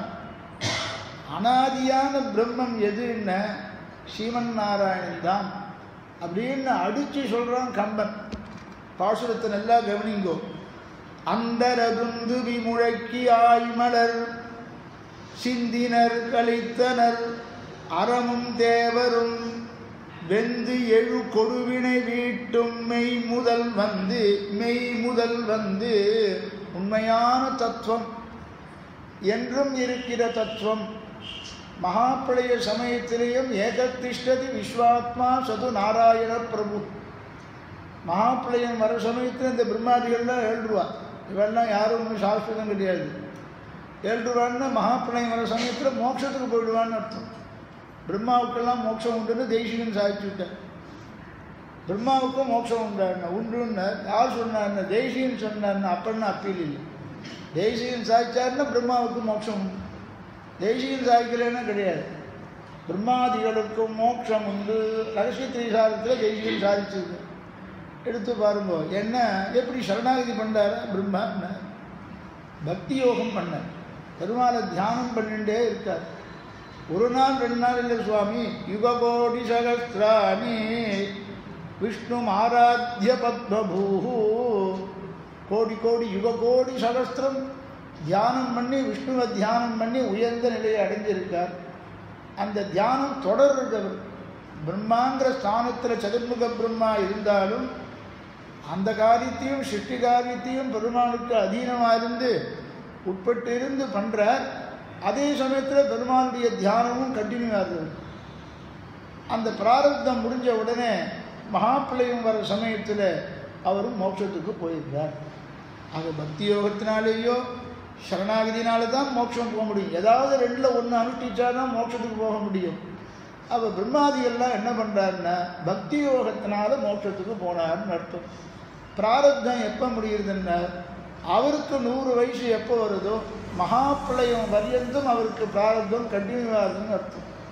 ஆக சாஸ்திரத்தை மீறி எங்கேயுமே நம்ம வைஷ்ணவ சம்பிரதாயம் அர்த்தத்தை சொல்லாது. பக்தி யோகத்தினால மோட்சத்துக்கு போகிறவர் பிரம்மா. அவர் சொல்கிறார், அந்த மகாப்பிரளய சமயத்திலேயும் ஒரே ஒரு தத்துவம் மாத்திரம்தான் நிற்கும். அவன் யாருன்னா நாராயணன். அவன்தான் உண்மையான தத்துவம், எப்பொழுதும் இருக்கக்கூடிய தத்துவம். அதை கம்பன் சொல்றார். வெந்து எழு கொடுவினை வீட்டும் மெய் முதல் வந்து எழ அருள் தருவான் என்று எண்ணியே. அவன் அனுகிரகம் பண்ணுவான். யார் பண்ணுவான்? வெந்து எழு கொடுவினை வீட்டும் மெய் முதல் வந்து எழ. நல்ல நெருப்பு போன்றதான சுடர் விட்டு எரியக்கூடியதான பாப கர்மாக்கள். அந்த பாப கர்மாக்களால் தானே நாம் ராவணன்லாம் நம்ம இம்சிக்கிறான். தேவர்கள்லாம் சொல்கிறாளாம், அந்த ராட்சசர்கள் எல்லாம் விழுந்து போகும்படியாக இங்கே அழகாக சொல்கிறார் பாருங்க. வெந்து எழு கொடுவினை வீட்டும் மெய் முதல் வந்து எழ. இந்த ராட்சசர்களாகிற பாபங்களாகிற அந்த ராவணாதிகள் எல்லாம் சம்ஹாரம் பண்ண போகிறாங்கிற முடிவு பண்ணாங்கிற. இந்த ராட்சசர்கள் எப்படிப்பட்டவர்கள்னு கம்பன் சொல்லும் பொழுது, ராவணாதிகளை சொல்லும் பொழுது, வெந்து எழு கொடுவினை வீட்டும் மெய் முதல் வந்து எழ. அதை சுடர் விட்டு எரியக்கூடியதான கெட்ட கர்மாக்கள் போன்ற ராட்சசர்களை சம்மானம் பண்ணுறதுக்கு மெய் முதற் கடவுளாம் திருமால் லக்ஷ்மிபதின்னு சொல்லும். ஆக கம்பநாட்டாழ்வானுடைய சித்தாந்தம் என்ன? லக்ஷ்மிபதியான நாராயணன் தான் ராமனாக வந்திருக்கான். அந்த ராமனால தான் இந்த ராவண சம்மானம் நடக்க போகிறது. எப்பொழுதும் நிலைத்து இருக்கக்கூடிய தத்துவம் ஸ்ரீமன் நாராயணன் ஒருவன் தான். மறுபடியும் இந்த பிரபஞ்சத்தை சிருஷ்டி பண்ணுறதா இருந்தால் அவன்தான் பிரம்மாண்டத்தை சமஸ்த அண்டத்தையும் அவன்தான் ஆரம்பத்தில் சிருஷ்டி பண்ணுறான். அதற்கு பிறகு பிரம்மாவை சிருஷ்டி பண்ணி சில பொறுப்பை கொடுத்து சில அண்டங்களை எல்லாம் நீ சிருஷ்டி பண்ணுன்னு பிரம்மாவுக்கு பொறுப்பை கொடுக்குறான். ஆக எல்லாத்துக்கும் எப்பொழுதும் இருக்கக்கூடிய நித்திய தத்துவம் எப்பொழுதும் இருக்கிற தத்துவம் ஸ்ரீமன் நாராயணன் தான். உபனிஷத்துக்கெல்லாம் எப்படி ஏககண்டமாக எல்லா உபனிஷத்துக்களும் ஒரே குரலில் சொல்கிறதோ அதை கம்பநாட்டாழ்வானும் பின்பற்றுறான். இந்த பாசுரத்தில் வெந்து எழு கொழுவினை வீட்டும் மெய் முதல் வந்து எழ அருள் தருவான் என்று எண்ணியே தேவர்கள்லாம் இப்படி பூமாறி போயிருந்தனரா. எந்த சமயத்தில் அப்படின்னு கேட்டாக்க, அங்க தேசத்துக்கு தசரத சக்கரவர்த்தி தன்னுடைய மனைவிகளோடு போகும்பொழுது ஆக பெண் மாப்பிள்ளையை அழிச்சிட்டு போகிற சமயத்தில் ரொம்ப அழகாக இந்த விஷயத்தை பேசினால் தேவர்களுக்கெல்லாம் சந்தோஷம் ஏற்பட்டதுன்னா உடனே இதெல்லாம் ரோமபாதரும் சொன்ன உடனே ஆச்சரியமாக ரிஷி சுந்தரம் வரேன்னு ஒத்துட்டார். அஸ்வமேத யாகத்துக்கு வரேன்னு ஒத்துட்டார். இப்போ மாப்பிள்ளையும் பொண்ணும் வரப்போகிறா அயோத்தி. யார்? ரிஷி சுந்தர் மாப்பிள்ளை தானே ஒரு இடத்துல, இவருடைய பெண் இவருடைய ஜாமாதா தானே. ஸ்வீகாரமாக கொடுத்திருந்தாலும் இவருக்கும் ஜாமாதா தானே. மாப்பிள்ளையும் பொண்ணும் அங்க தேசத்திலிருந்து போய் இங்கே வந்து சேரப்போகிறா அப்படின்னு சொல்லி வந்து சேர்ந்தார். அஸ்வமேதம் ஆரம்பிக்கலாமான்னு கேட்டாராம். ஒரு வருஷம் ஆயிடுத்து. குதிரை ஒரு வருஷம் போயிட்டு வந்துடுத்து. நீங்கள் என்ன ஒரு வருஷம் ஆகும், உபன்யாசம் ஒரு வருஷம் ஆகும்னு நினச்சிடாதீங்கோ. உடனே கேட்டா வசிஷ்ட பிரமுகா சர்வே பார்த்திவஸ்ய முகாச்சுதம் ரிஷ்யசிங்க பிரயோகாச்ச பிரத்யூஜு நிருபதிம் ததா சர்வதா பிராப்யசே புத்திரான் சதிரோ அமித விக்ரமான். அப்பா ரிஷிசிங்கர் வந்துட்டார். எப்படி ரிஷிசிங்கர் வந்தால் மழை பெய்யுமோ அப்படிங்கிற நிச்சயம் வந்ததோ, ரிஷிசிங்கர் எப்படி இந்த அஸ்வமேத யாகத்துக்கு வந்துட்டாரோ நிச்சயமாக 4 புத்திரர்கள் உனக்கு பிறக்க போகிறார். சனத்குமாரால் மற்ற ரிஷிகளுக்கு என்ன சொன்னாலோ அது நடந்தே தீர போகிறது. ராமலக்ஷ்மண பரத சத்ருக்னா 4 பேரும் அவதரிக்க போகிறார். வசிஷ்ட பிரமுகா சர்வே பார்த்திவஸ்ய முகாச்சுதம் ரிஷ்யசிங்க புரோகாச்ச பிரத்யூஜு நிபதிம் ததா சர்வதா பிராப்யசே புத்திரம் சதுரோ அமித விக்ரமான். அஸ்வமேத யாகத்தை ஆரம்பிக்கலாமான்னு கேட்டால் உடனே ரிஷிகள் எல்லாரும் ஒரே கண்டத்தில் சொன்னாலும் ஆரம்பிக்கலாம், நாங்கள்லாம் சுத்தமாக இருக்கோம், ஏற்கனவே தர்பம்லாம் வாங்கிட்டோம் அப்படின்னாலும். ஒவ்வொரு ரித்விகளுக்கும் தர்பம் கொடுப்பார். பார்த்துட்டீங்களா? சுதர்சன ஹோமம் பண்ண ஆரம்பித்தா 8 பேரோ 10 பேரோ வரிக்கிறா பாருங்க. வரித்த உடனே எல்லாருக்கும் தர்பம் கொடுப்பார். டித்விகம் சுவாம் ரணே ஒவ்வொருத்தரையும் வரிக்கணும், தர்பம் கொடுப்பார். அவளை வரிக்க வரணம் பண்ணுறோன்னு அர்த்தம். ஆற்றுல பிராமணார்த்தக்காரால் என்ன பண்ணால் அவளை வர்ணம் பண்ண விஸ்வே தேவஸ்ரீ இதமாசனம் இதமட்சணம் அப்படின்னு சொல்கிற பாருங்க. புருராத்ர சம்மிக விஸ்வே தேவா இதமாசனம் இதமட்சணம் அப்படின்னு சொல்கிற மாதிரி அவளுக்கு தர்மம் கொடுக்கணும். அவள் ஆசனம் கொடுத்து உட்கார வைக்கணும். அவள் இல்லைன்னா சாஸ்திரம் இருக்கணும் இல்லையோ. அந்த மாதிரி தர்பம்லாம் ஏற்கனவே வாங்கிண்டாச்சு, நாங்கள்லாம் சுத்தமாக இருக்கோம், வரிச்சாச்சு அப்படின்னாலாம் பிராமணாள் ஆண்டவன் சாட்சியா அப்படின்னு பிராமணாலாம் தர்பம் வாங்கிவிட்டோமே ஏற்கனவே, ஆரம்பிக்கலாம், பேஷாக ஆரம்பிக்கலாம், அவசியம் ஆரம்பிக்க வேண்டியதுதான் அப்படின்றாலாம். எல்லாம் ஒரே குரலில் சொன்னாலாம். நிச்சயமாக 4 பிள்ளைகள் உமக்கு பிறக்கும் அப்படின்னு சொன்னாலாம். இவன் எனக்கு கொஞ்சம் யாகமே இன்னும் ஆரம்பிக்கலை, அதுக்குள்ளேயும் குழந்தை பிறந்துருத்துன்னு சொல்கிறாரு அப்படின்னாலும். குழந்தை நிச்சயமாக பிறந்துடும் அப்படின்னாலும். பாருங்க பதத்தை பாருங்கோ. ரிஷ்யசிங்க புரோகாச்ச பிரத்யூஜு நிருபதிம் ததா சர்வதா பிராப்யசே புத்திரா. நிச்சயமாக புத்திரா 4 புத்திரர்கள் உனக்கு கிடைப்பா. சதுரோ அமித விக்ரமானு.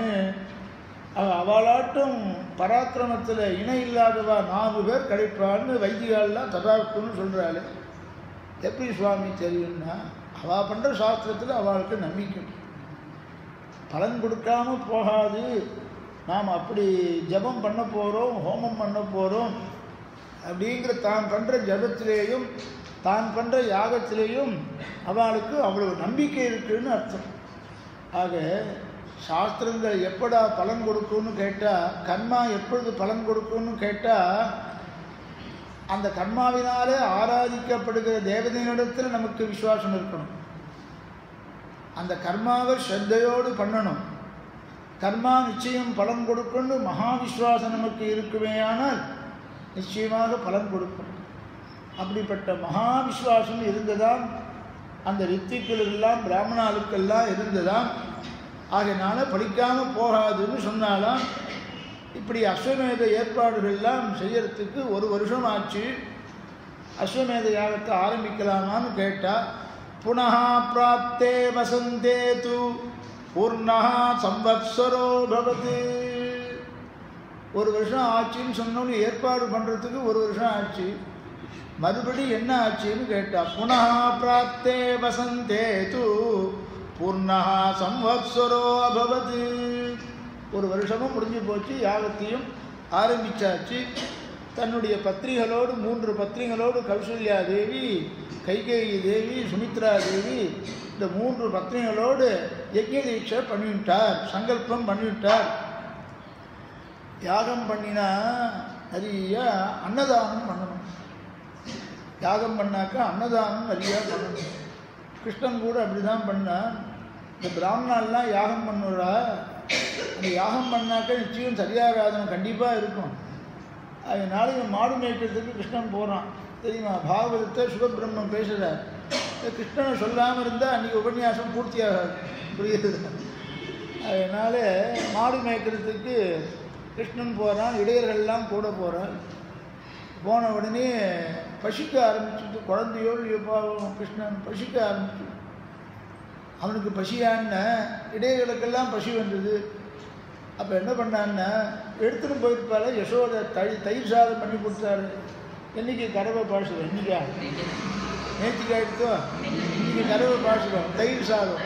பழைய ததி மிஸ்ரம் பாதி தைலாதிஷித்தம் கரிகின திலச்சூர்ணம் காரவல்லி சமேதம் வடுக்கண வடுமாங்காய் சுண்டகிரே வடாபியம் பழையின புளிஞ்சி பாக்யவந்தோ நகர்ந்தே. பழையது சாப்பிட்றதுக்கும் கொளுத்து வச்சுருந்தா தான் பழையது கிடைக்கும். பழையதெல்லாம் நம்ம பக்கத்தில் நிறையா சாப்பிடுவாங்க. தென்தேசத்துக்காரெல்லாம் பழையது சாப்பிடுவான்னு வெங்கடாதிபதி எழுதி வச்சுட்டு போயிட்டு, வடதேசத்தில் இருக்கிறவாள்லாம் காஞ்சிபுரத்துக்காரெல்லாம் பழையது சாப்பிட மாட்டாலும் சரி சரி யாருக்கண்டா தெரியாமல் சாப்பிட்றாலும். நாமெல்லாம் தென்தேசத்துக்காரெல்லாம் பழையது சாப்பிடுவான்னு. கிந்து புராதனை, புராதனம்னு பேர். புராதனம்னு பழையதுக்கு பேர். பழசுன்னு சொல்கிறோமோ இல்லையோ, அதனால் புராதனம்னு பேர். ஒரு ஸ்லோகமே இருக்குது. யாருடா சௌக்கியம் அப்படின்னா பழையது சாப்பிட்றவன் சௌக்கியமாக இருப்பான் சரீரத்தோடு. ஜலேஷயானம் ஜெகதேகபோக்யம் விசேஷத பிராதருபாசனீயம் ஆரோக்கிய தாதாரமசேஷ பும்சாம் புராதனம் புண்ணியகிருதோ பஜந்தே. இந்த ஸ்லோகத்துக்கு அர்த்தம் தெரியுமா? பாக்கியவான்களுக்கு தான் பழையது சாப்பிட்றது கிடைக்கும், பாக்கியம் கிடைக்கும். புண்ணியம் பண்ணியிருக்கணுமா பழையது சாப்பிட்றது. ஒரு ஸ்லோகம் சொல்லிருக்கு. அந்த பழையதை முதல் நாள் வடித்து சாப்பிட்டு ராத்திரி என்ன எதில் போடுறோம்? ஜலத்தில் போட்டு ஊற வைக்கணும். ஜலேஷயானம் ஜலத்தில் படுத்துட்டு இருக்கான் சாப்பிடும். 2 அர்த்தம். ஜலேஷயானம் க்ஷீராப்தியில் சயனிச்சுட்டு இருக்கான் பெருமாள். 2 அர்த்தம் மாற்றி மாற்றி வாங்குவோம். ஜெகதே கபோக்யோ முதல் நாள் ராத்திரி மிஞ்சின சாதத்தை ஜலத்தில் போட்டு வச்சுருந்தா ஜலத்தில் படுத்துட்டு இருக்கிற சயனிச்சுட்டு இருக்கிற பிரசாதம் மறுநாள் காற்றால் எழுந்து சந்தியாவந்தனம் பண்ணிட்டு சாப்பிட்டா சரி, முன்னாள் சாப்பிட்டாலும் சரி, அது தொட்டுண்டு ஊறுகாய் தொட்டுண்டு என்ன ஊறுகாய்? வடுக்கண வடுமாங்காய். வடுமாங்காய் தொட்டுண்டு சாப்பிட்டா உலோகத்தில் யார் சுவாமி இந்த பழையதை வேண்டான்னு சொல்லுவோம்? அசிடுன்னு அர்த்தம். பழையது வேண்டான்னு சொன்னால் அசிடுன்னு அர்த்தம். ஜெகதே கபோக்யம் அத்தனை பேரும் பழையதை விரும்புவாளாம். விசேஷத பிராதருபாசனீயம். எப்போ சாப்பிடுவோம் பழையதை? காத்தால வேண்டி தான் சாப்பிடுவோம். பிராத்தகா உபாசனீயம். சாப்பிட்டாக்கே என்ன வரும்னா ஆரோக்கியதாதாரமசேஷ பும்சா, அத்தனை ஜனங்களுக்கும் ஆரோக்கியத்தை கொடுக்கும். இப்படிப்பட்ட அந்த பிரசாதத்துக்கு புராதனம் புண்ணியகிருதோ பஜந்தே. புராதனம்னு பேரா, பழசுங்கிறதுதான். பழசுன்னு என்ன? அனாதியான பிரம்மம்னு ஒரு அர்த்தம். 2 அர்த்தத்தில் சொன்னோம். க்ஷீராப்தியிலே சயனிச்சுட்டு இருக்கான் பெருமாள். பிரபஞ்சத்தில் அத்தனை பேருக்கும் போக்கிய வஸ்துவாக இருக்கான். ஜெகதேக போக்கியம். விசேஷதா பிராதர் உபாசனீயம். காத்தால வேலை உபாசிக்கிறோம். கௌசல்யா சுப்ரஜாராம பூர்வா சந்தியா பிரவர்த்ததே உத்திஷ்ணரசார்தூலா கர்த்தவியம் தெய்வமான்மிகம். விசேஷதா பிராதர் உபாசனீயம் ஆரோக்கியதாதாரம். சரீரத்திற்கு ஆரோக்கியம் தான் யார் கொடுக்குறான்னா பகவான் தான் கொடுக்குறார். ஏண்டா கொடுக்குறான்னா அவனுடைய சரீரம், அவனுடைய சரீரத்தை அவன் பார்த்துக்கிறான். அது சரீரத்தை பற்றி நாம் யாரும் கவலைப்படக்கூடாது. சரீரத்தை கவலைப்படாமல் எருமை இருக்கிறதுக்காக தான். என்ன இரும்பினா மாத்திரை போட்டுக்க வேண்டியதாக இருக்குது. என்ன ஜலதோஷம் வருது மாத்திரை கடைக்கு ஓடுங்கிறான். போய் வாங்கிட்டு சொல்லுங்கிறான். ஜுரம் வந்தால் மாத்திரையை போட்டுக்கிறோமே பெருமாள் பார்த்துக்கலான்னு சொன்னேன். என்ன அது விஸ்வாசம் இல்லாதவன் மாத்திரைக்கு ஓடுறான்னா பெருமாள்கிட்ட விஸ்வாசம் உள்ள என்ன பண்ணுவான்னா நீ மாத்திரையை சாப்பிட்டதுனா அது குணமாயிடுறதோ கிடையாது. கர்மா தகுந்த மாதிரி கர்மா குணமானுங்கிற சமயம் எப்போ வருதோ அப்போ மாத்திரை வியாஜம். மாத்திரையே பிரதானமாக சரீரத்தை ஒன்றும் ஆரோக்கியத்தை கொடுக்கல.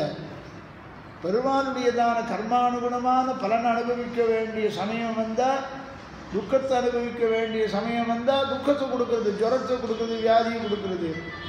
அந்த துக்க கர்மா முடிஞ்சு, துக்கத்தை அனுபவிக்கிற கர்மா முடிஞ்சு சுகத்தை அனுபவிக்கிற கர்மா வந்துடுச்சுன்னாக்க பெருமாள் அந்த கர்ம பலனை கொடுக்குற.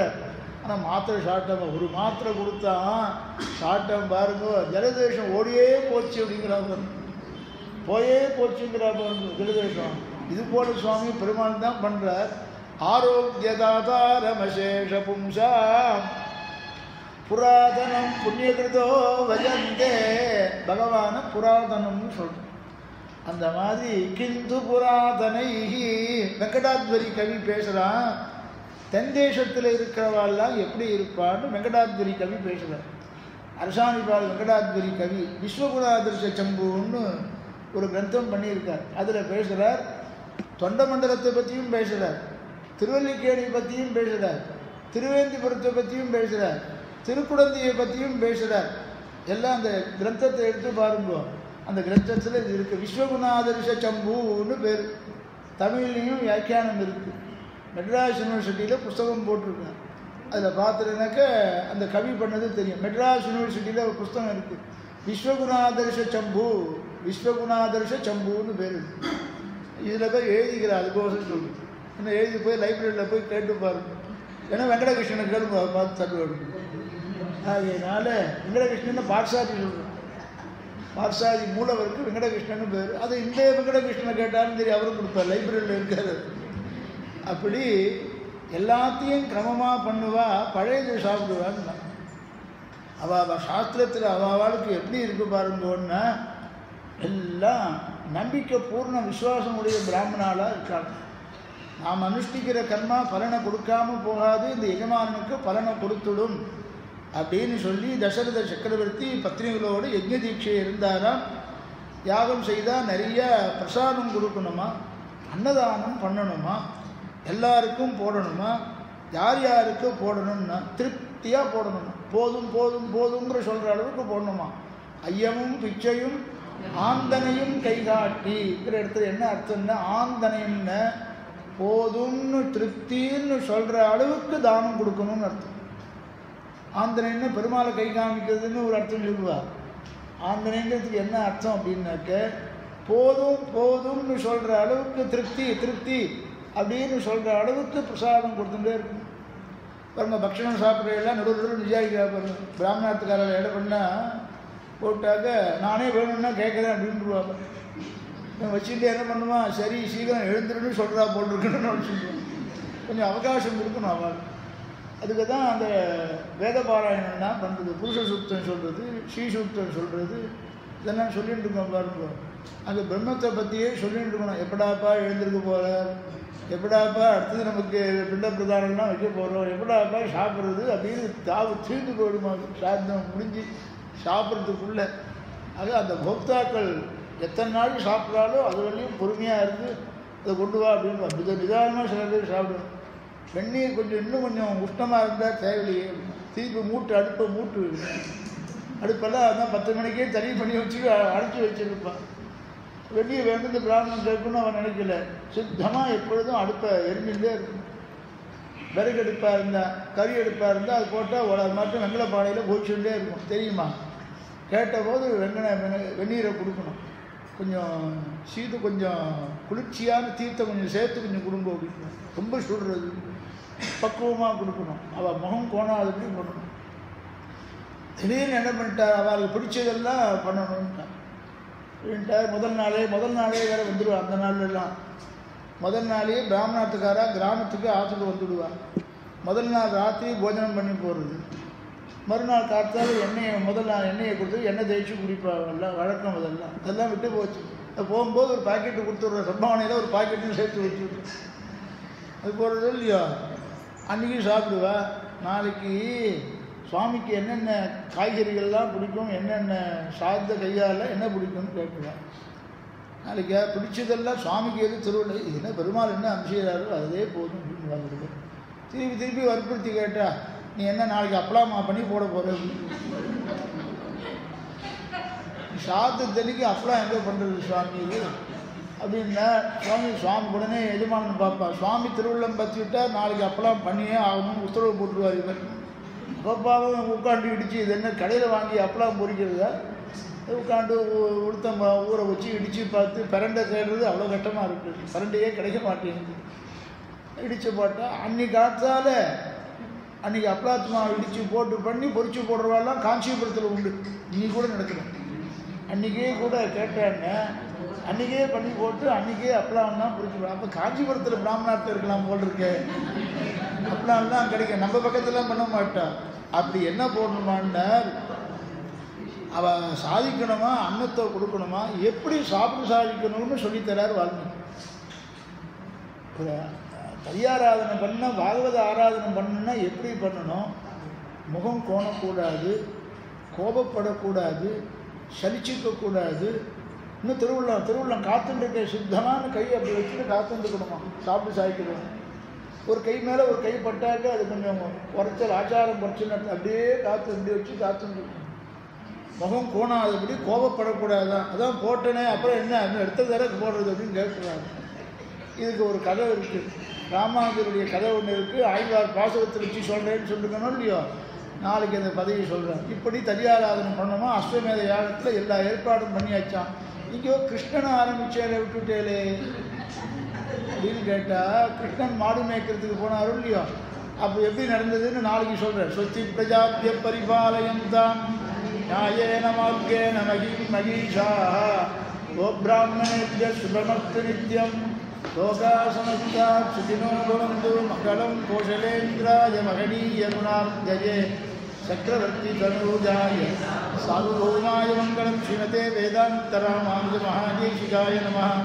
ஸ்ரீமதே நிகமாந்த மகாதேசிகாய நமः. ஸ்ரீமதே பகவதே பாஷ்யகாராய மகாதேசிகாய நமः.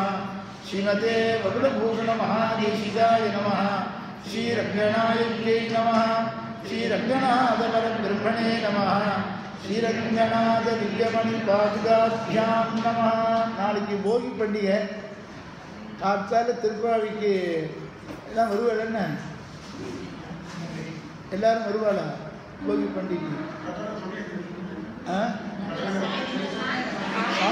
சாயங்காலம் சொல்கிறேன்னு சொல்லியிருக்கேன். என்ன காற்றால் அவ்வளவா போகி பண்டிகை ஒருத்தர் வரலன்னாலும் கூட சாயங்காலம் திருப்பாவை சொல்கிறேன்னு காற்றால் சொல்லியிருக்கேன்.